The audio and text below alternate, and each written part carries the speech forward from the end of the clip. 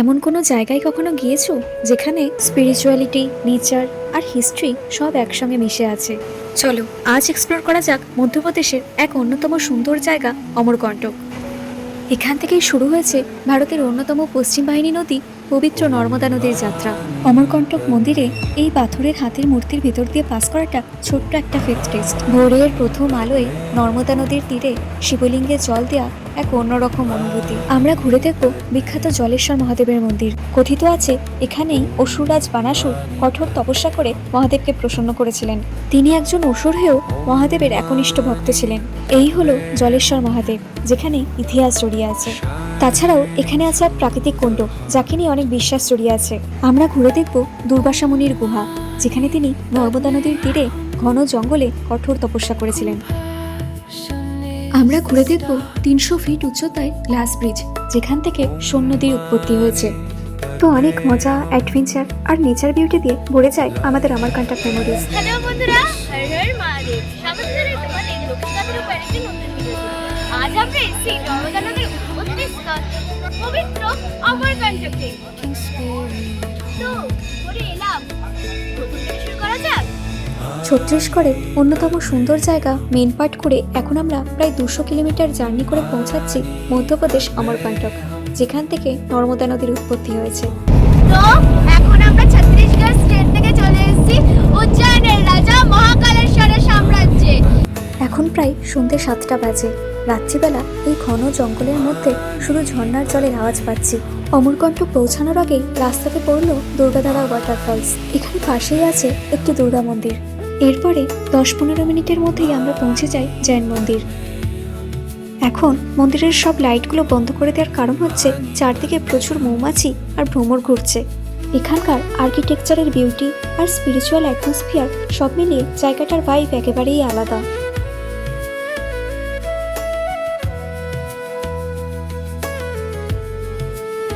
আমরা দর্শন করলাম ফার্স্ট তীর্থঙ্কর ঋষভনাথের অষ্টধাতুর তৈরি 24 ফুট উচ্চতার গোল্ডেন মূর্তি। এখন প্রায় সন্ধ্যে 7:30 বাজে। খুব তাড়াতাড়ি করে মন্দিরটা ঘুরে আমরা চলে আসছি। তাড়াতাড়ি করছি কারণ নেটে সব জায়গায় দেখাচ্ছে সন্ধ্যে 7টা থেকে অমরকণ্টক মন্দিরে নর্মদা মায়ের সন্ধ্যা আরতি শুরু হয়। অমরকণ্টকে আমরা একটা রাত্রি থাকবো, আর এত দূর থেকে এসে যদি সন্ধ্যা আরতি দেখতে না পাই তাহলে খুব মিস করব। মন্দিরের কাছাকাছি পৌঁছাতে যেই ঘন্টার আওয়াজ শুনি আর কোনো দেরি না করে দৌড় লাগাই। আর তাড়াহুড়ো করে মন্দিরে ঢুকেই এই অপূর্ব সুন্দর দৃশ্য। মা নর্মদা আর মহাদেবের আশীর্বাদে আমরা সন্ধ্যেবেলা নর্মদা কুণ্ডে সন্ধ্যা আরতি দেখার সুযোগ পাই।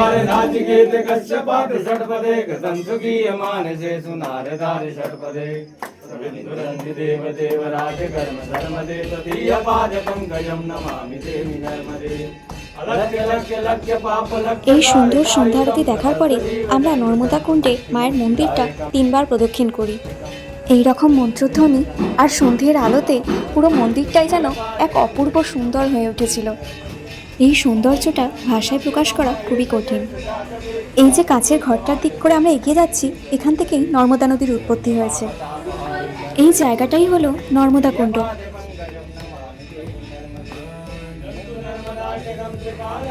সকালবেলা যখন পুজো দিতে আসবো, তোমাদের আরো ভালো করে এই নর্মদা কুণ্ড দেখাবো।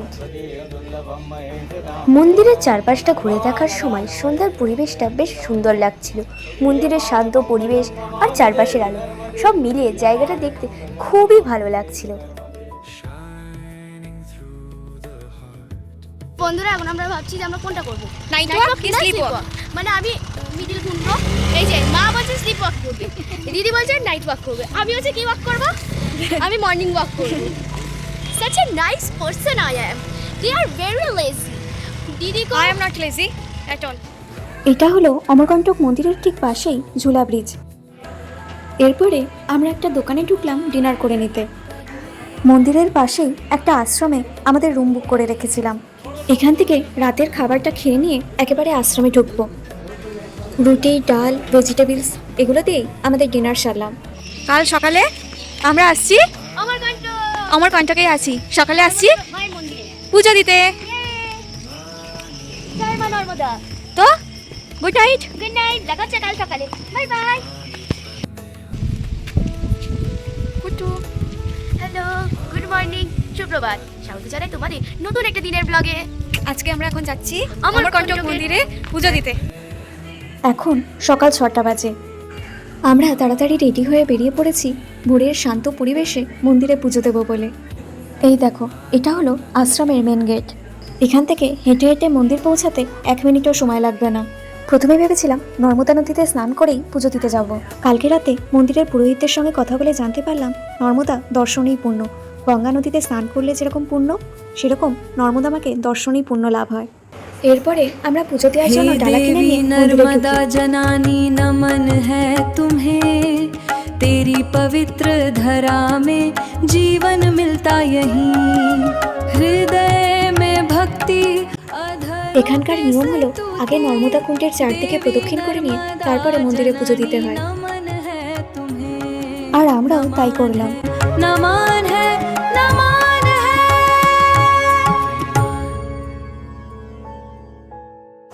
এই যে জলের মধ্যে নর্মদা মায়ের মূর্তি, আর এইখান দিয়ে নর্মদা কুণ্ডের জল বাইরে পাস করছে। প্রথমে আমরা ফুল, বেলপাতা আর নর্মদার জল দিয়ে মহাদেবকে পুজো করলাম।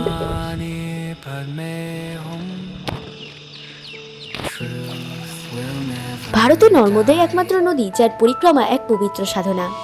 কথিত আছে মা নর্মদার দর্শন মাত্রই মনে পরম আত্মিক শান্তি নেমে আসে। নর্মদা কুণ্ড চত্বরে থাকা এই পাথরের হাতির নিচ দিয়ে গলে যাওয়াকে এক পরম পরীক্ষার প্রতীক বলা হয়। বিশ্বাস করা হয় মা নর্মদার আশীর্বাদ থাকলে সে যত বড়ই হোক না কেন এই হাতির ভেতর দিয়ে ঠিক পাস করতে পারবে, আর মনে অহংকার থাকলে সে কিছুতেই এই হাতির ভেতর দিয়ে পাস করতেই পারবে না। এরপরে আমরা একে একে হাতির ভেতর দিয়ে পাস করে নর্মদা মায়ের মূল মন্দিরে পুজো দিয়ে আসি, যেখানে ভিডিওগ্রাফি এলাও নয়। মন্দির থেকে সবে পুজো দিয়ে বেরিয়েছি, তারপরেই আমাদের সঙ্গে ঘটলো এই অবিশ্বাস্য ঘটনা।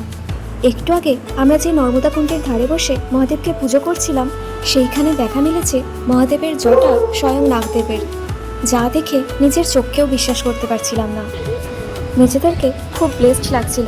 আমাদের সঙ্গে এরকম ঘটনা প্রথম। অমরকণ্টক মন্দিরের ভেতরেই এই হলো আর এক মন্দির। এই রকম মহাদেবকে বলা হয় নর্মদেশ্বর। নর্মদা নদী থেকে পাওয়া সব কঙ্কর শঙ্কর, তাই এরকম আকৃতির যত শিবলিঙ্গ দেখছো সবই হলো নর্মদেশ্বর। এই হলো চারদিক কাঁচ দিয়ে ঘেরা নর্মদা কুণ্ড। এই জায়গাটাই হলো নর্মদা নদীর প্রকৃত উৎপত্তিস্থল। অমরকণ্টক মন্দিরের ভেতরেও অনেক মন্দির আছে, সেগুলো ঘুরে আমরা চলে এলাম কালচুরি রাজাদের তৈরি এই প্রাচীন মন্দির চত্বরে। শত শত বছরের পুরানো অসাধারণ এই পাথরের স্থাপত্য অমরকণ্টকের এক ঐতিহাসিক রূপ তুলে ধরে। এখানকার মন্দিরের গর্ভগৃহে প্রায় 5 ফুট নিচে আছে শিবলিঙ্গ, তাই এই মন্দিরকে পাতালেশ্বর মন্দিরও বলে। এরই মাঝে আমরা আরেকবার আশ্রমে গিয়ে আমাদের লাগেজগুলো নিয়ে বেরিয়ে পড়লাম। এর পরের ডেস্টিনেশন অমরকণ্টকের one of the famous temple Shriyantra মন্দির। এই মন্দিরের উপরে দেখা যাচ্ছে মা লক্ষ্মী, কালী আর সরস্বতী মূর্তি। এখানে মা ত্রিপুরা সুন্দরীর পুজো করা হয়। শ্রীযন্ত্র মন্দির ঘুরে এবারে আমরা চলে এলাম সোনমুড়া। এখান থেকেই শুরু হয়েছে সোন নদীর জার্নি। এই হলো সোন নদী, আর এখানেই তার উৎপত্তিস্থল। এখন আমরা হাঁটছি সোনমুড়া গ্লাস ব্রিজের উপর দিয়ে। পায়ের নিচে ট্রান্সপারেন্ট গ্লাস, আর চারপাশে যতদূর চোখ যায় শুধু পাহাড়, সবুজ জঙ্গল আর মেঘে ঢাকা প্রকৃতি। আমরা এখন পাহাড়ের খাদ থেকে প্রায় 300 ফিট উপরে দাঁড়িয়ে আছি। এটা এক অন্যরকম থ্রিলিং এক্সপিরিয়েন্স। গ্লাসের নিচ দিয়ে দেখা যাচ্ছে সোন নদী। শুধু সোন নদী বললে ভুল বলা হবে। সোন এবং ভদ্র দুটি স্ট্রিম মিলিয়ে এটাই হলো সোনভদ্র নদী। সোনমুড়া শুধু একটি রিভার অরিজিন পয়েন্টই নয়, এখানকার ডেন্স ফরেস্ট, পাহাড়ি রেঞ্জ আর প্যানোরামিক ভ্যালি ভিউ এই জায়গাটাকে আরও স্পেশাল করে তুলেছে। স্থল দেখলাম খুব সুন্দর ছোট্ট, আর তার সঙ্গে গ্লাস ব্রিজটাও দেখলাম। সেখান থেকে আমি আর পাচ্ছি না, একটু বসলাম। সোনমুড়া ঘুরে এবারে আমরা চলে এলাম মাখিবাগিয়া মন্দিরে। লোকমুখে শোনা যায় মা নর্মদার ছোটবেলার অনেকটা সময় নাকি এই জায়গাতেই কেটেছিল। নর্মদা হলো এমন একটি পবিত্র নদী যার জলধারা কিছু কিছু জায়গায় মাটির উপর দিয়ে, আবার কিছু জায়গায় মাটির নিচ দিয়ে প্রবাহিত হয়েছে। এই হলো আরেকটি কুণ্ড যেখানে নর্মদা নদী অমরকণ্টকের আগে দেখা দিয়েছে। এরপরে আমরা যাচ্ছি জলেশ্বর মহাদেবের মন্দির। দুপাশে ঘন জঙ্গলের মাঝখান দিয়ে রাস্তাটা কতটা সুন্দর দেখো। এই হলো জলেশ্বর মহাদেবের মন্দির, যেখানে বানাসুর তপস্যা করে মহাদেবের আশীর্বাদ পেয়েছিলেন। মৎস্য পুরাণেও এই মন্দিরটা একটা পবিত্র তীর্থস্থান বলে উল্লেখ আছে। বাইরের একটা দোকান থেকে আমরা ফুল, জল, বেলপাতা আর কিছুটা দুধ কিনে নিয়েছি।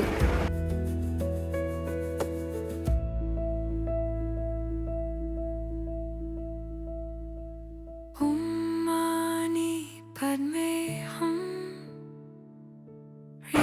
এখানকার মহাদেবকে পুজো করা হয়ে গেলে আমরা পৌঁছে গেলাম অমরেশ্বর মহাদেবের মন্দির।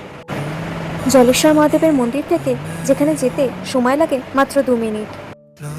এই মন্দিরেই আছে 11 ফিট উচ্চতার বিশাল শিবলিঙ্গ, যাকে দর্শন করতে অনেকেই অমরকণ্টকে আসে। এই সিঁড়ি দিয়ে উঠে আমরা মহাদেবের মাথায় জল ঢেলে পুজো করি। নর্মদা নদী থেকে পাওয়া শিবলিঙ্গের আকৃতিতেই এই শিবলিঙ্গ তৈরি করা হয়েছে। এই মন্দিরে কিছুক্ষণ সময় কাটিয়ে আমরা চলে আসি কপিলধারা। এখানে পৌঁছাতেই চোখে পড়ল অনেক রকমের ভেষজ গাছ আর ফলের। কপিলধারা দেখেই আমরা যাব দুধধারা, যেখানে রয়েছে দুর্বাসা মুনির গুহা।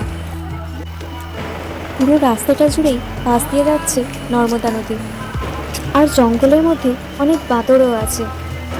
নদীর ধার দিয়ে হাঁটতে হাঁটতেই হয়ে গেল এক কাণ্ড। দাদানের হাতে একটা বিস্কুটের প্যাকেট থাকায় কয়েকটা বাদর মিলে তা কেড়ে নেয়, আর এইসবের মধ্যে হাতের কিছুটা জায়গা কেটে যায়।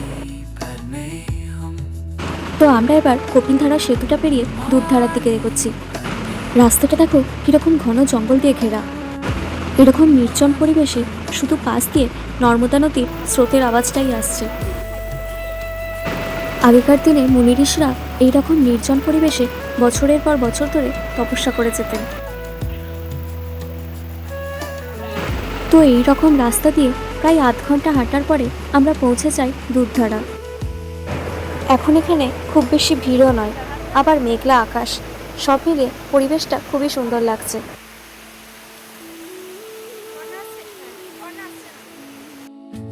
তো সামনে যে গুহাটা দেখছো, এটাই হলো দুর্বাসা মুনির গুহা। আমরা এখন এখানে ঢুকছি।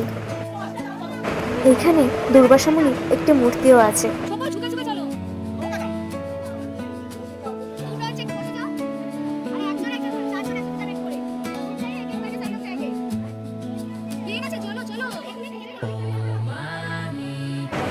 গুহার ভেতরে ঢোকার রাস্তাটা এতটা ন্যারো আর অন্ধকার, খুব সাবধানে মাথা নিচু করে আমরা একটু একটু করে এগিয়ে যাচ্ছিলাম। গুহার ভিতরে এরকম করে কিছুক্ষণ চলার পরে আমরা এই জায়গাটায় পৌঁছালাম। এইখানে দুর্বাসা মুনিকে পুজো করা হয়। এইখানে বছরের পর বছর ধরে দুর্বাসা মুনি তপস্যা করেছিলেন। এই গুহার ভিতরে একটি শিবলিঙ্গ আছে, যেখানে সবসময় প্রাকৃতিকভাবে শিবলিঙ্গের ওপর জল পড়তে থাকে।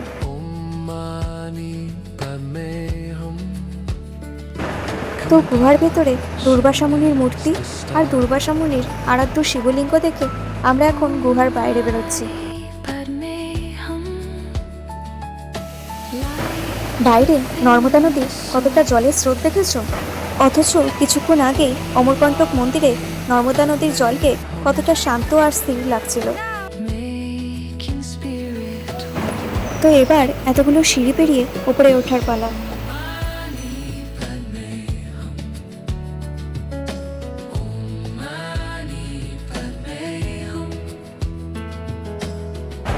হাফ রাস্তা ওঠার পরে এবারে আমরা হাঁপিয়ে গেছি, তাই মাঝে একটা দোকানে বসে পড়েছি।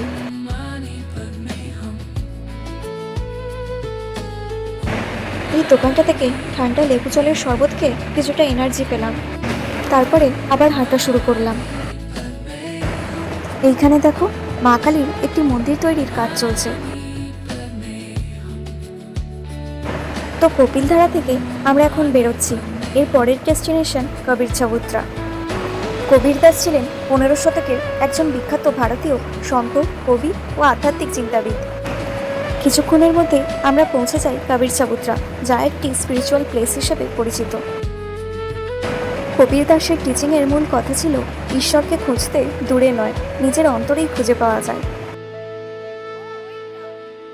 ওই যে দূরে সাদা রঙের বেদি জায়গাটা দেখা যাচ্ছে, ওখানে বসেই তিনি ধ্যান করতেন।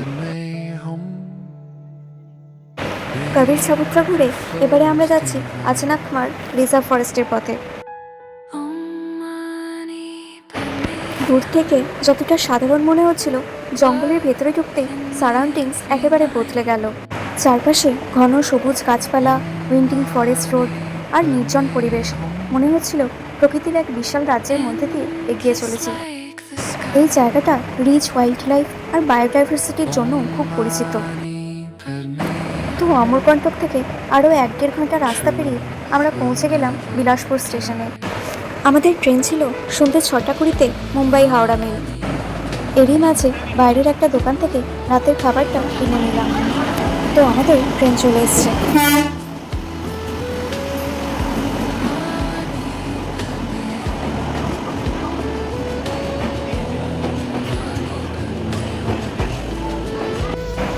দুদিন জার্নি করে এতটা টায়ার্ড, সন্ধ্যে 7টার মধ্যে ডিনার করে আগে শুয়ে পড়লাম। আর এভাবেই শেষ হলো আমাদের অমরকণ্টক জার্নি। নর্মদা কুণ্ড থেকে শুরু করে বিভিন্ন মন্দির, ওয়াটারফলস, কেভস, সোনমুড়া, গ্লাস ব্রিজ আর বিউটিফুল ফরেস্ট রোডস, প্রত্যেকটা জায়গাতেই পেয়েছি কিছু নতুন এক্সপিরিয়েন্স।